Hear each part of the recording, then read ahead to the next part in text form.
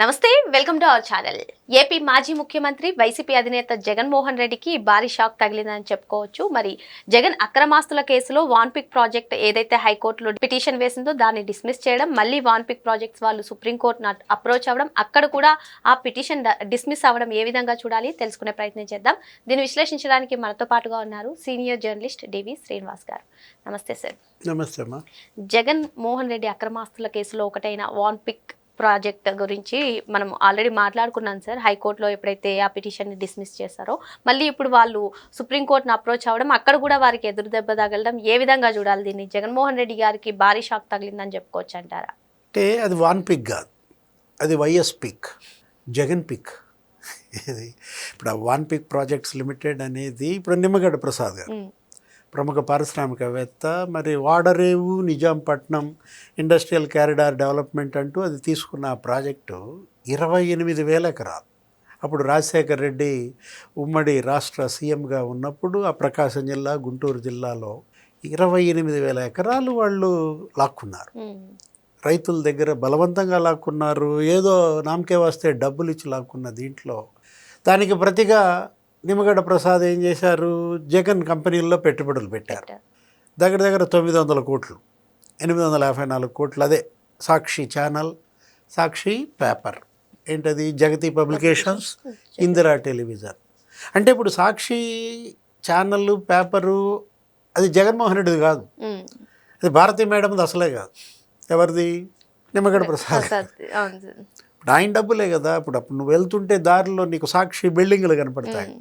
ఎవరయ్యాయి అంటే ఇప్పుడు సొమ్ము ఒకటిది, సోకు ఒకటిది అనమాట. ఒక రకంగా చెప్పాలంటే పాపం ప్రసాద్ గారు మరి జగన్తో పాటు ఆయన కూడా 16 నెలలు జైల్లో ఉన్నారు. అంటే జైల్ మేట్.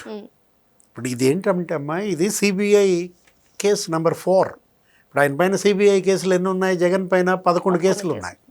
ఈడీ 9 కేసులు ఉంటాయి. దాంట్లో ఆ ఛార్జ్ షీట్ 4 ఉందో చూసావా? అది ఇది ఏది వాన్ పిక్ ప్రాజెక్ట్. దీంట్లో ఒక 13 మంది ఉంటారు నిందితులు. ఇక A1, A2 నేను చెప్పవసరం లేదు.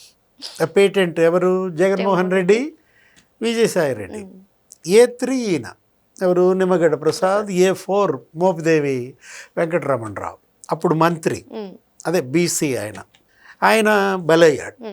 ఈ కుటుంబాన్ని నమ్ముకుని జగన్ని, రాజశేఖర రెడ్డికి మరి సేవ చేసి అతను బలయ్యాడు. ప్రముఖ బీసీ నాయకుడు అక్కడ రేపల్లలో.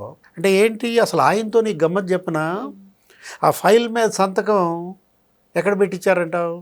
జనరల్గా ఫైళ్ళ మీద సంతకాలు ఎక్కడ పెడతారు? వాళ్ళ ఛాంబర్లో పెడతారు, ఆఫీస్లో పెడతారు. కానీ ఈ ఫైలు, ఈ సంతకం ఎయిర్పోర్ట్లో పెట్టారు. ఎయిర్పోర్ట్లో కూడా కాదు, రన్వే మీద పెట్టారు. ఇక నువ్వు అనొచ్చు, రన్వే అంటే ఏంటి సార్? మరి మీరు కారు బాయ్నెట్ మీద పెట్టి సంతకం పెట్టినట్టుగా మరి అదేమంటాం, బాయ్నెట్ ఫ్లైట్ మీద పెట్టి సంతకం పెట్టాడు. ఫలితం ఆయన జైలు. ఎవరు? మోపిదేవి వెంకటరమణ. ఆయన కూడా 16 నెలలు 17 నెలలు వీళ్ళతో పాటు. A5 ఎవరంటావు? ధర్మాన ప్రసాదరావు.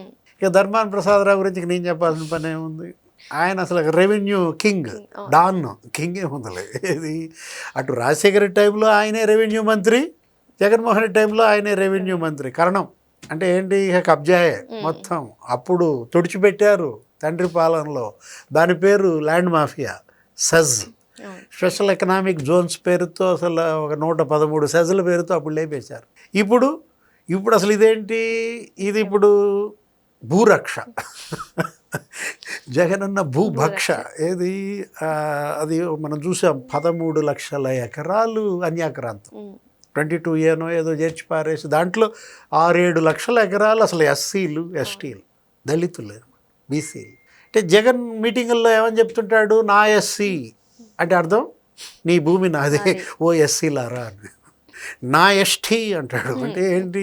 ఎస్టీలారా మీ భూములన్నీ. అంటే వాళ్ళకి తెలియలే, వాళ్ళకి అర్థం చేసుకోవడం వాళ్ళ పొరపాటు.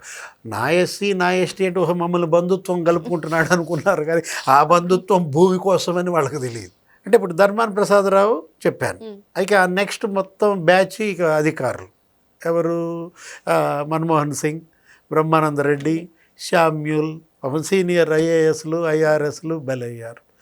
నెక్స్ట్ ఇక తర్వాత నిమ్మగడ్డ ప్రకాష్, ఈయన బ్రదర్ ఏదో అవుతారు. ఒక 4 సంస్థలు ఉంటాయి 13 నిందితుల్లో ఇదే వాన్పిక్ ప్రాజెక్ట్స్ లిమిటెడ్ అనేది ఒకటి, సిలికాన్ బిల్డర్స్ అనేది ఒకటి, సండూర్ పవర్ అనేది ఒకటి, ఈయన డొల్ల కంపెనీలు ఉన్నాయి కదా, ఎవరి జగన్మోహన్ రెడ్డి దీనికి సంబంధించింది. అది ఆ ఛార్జ్ షీట్ ఇప్పటికీ ఆ కేసు తేళ్ళ. ఇప్పుడు 13-14 ఏళ్ళ జగన్ బెయిల్పై ఉండి, అంటే ఏంటంటే 136 డిశ్చార్జ్ పిటిషన్లు వేశారు. అసలు చూసావా ఇలాంటి క్రిమినల్ పాలిటిక్స్ అనాలా దీన్ని, క్రిమినల్ మరి ఏమనాలి, అసలు ఈ రకమైనటువంటి క్రిమినల్ భారతదేశంలో పుడతాడు, పెరుగుతాడు, పరిపాలిస్తాడు అని అసలు అంబేద్కర్ ఊహించుండరు. లేకపోతే ఎలాగోలా ఇలాంటి వాళ్ళకు కూడా అడ్డుకట్ట పడేలాగా చట్టాలని న్యాయాన్ని సంరక్షించేవాడు. పాపం అంబేద్కర్ ఊహించలేదన్నమాట. జగన్ లాంటాడు ఇక్కడ పుడతాడు, ఇక్కడ పెరుగుతాడు, పాలిస్తాడు అనేది. 136 డిశ్చార్జ్ పిటిషన్లు ఏంటమ్మా.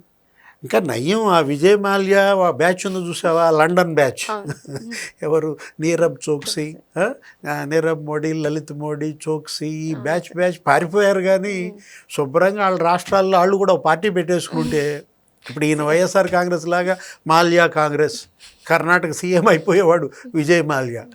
లేకపోతే మోడీ కాంగ్రెస్, అది మోడీ కాదు నీరబ్ కాంగ్రెస్ అనుకో, మళ్ళీ మోడీ అంటే ఈయన వస్తాడు ప్రధానమంత్రి. నీరబ్ కాంగ్రెస్ అని కనుక పెట్టుకుంటే గుజరాత్ సీఎం అయిపోయి ఉంటాడు, ఈ మోడీ ఉండేవాడు కాదు. సార్ ఈరోజు పొన్నవాళ్ళు సుధాకర్ రెడ్డి గారు అంబటి రాంబాబుకి ఒక కేసులో బెయిల్ వచ్చి మరో కేసులో రిమాండ్లో ఉండగానే బెయిల్ వచ్చిన అంశం పైన మాట్లాడుతూ ఇది చంద్రబాబు నాయుడు గారికి భారీ షాక్ అంటున్నారు.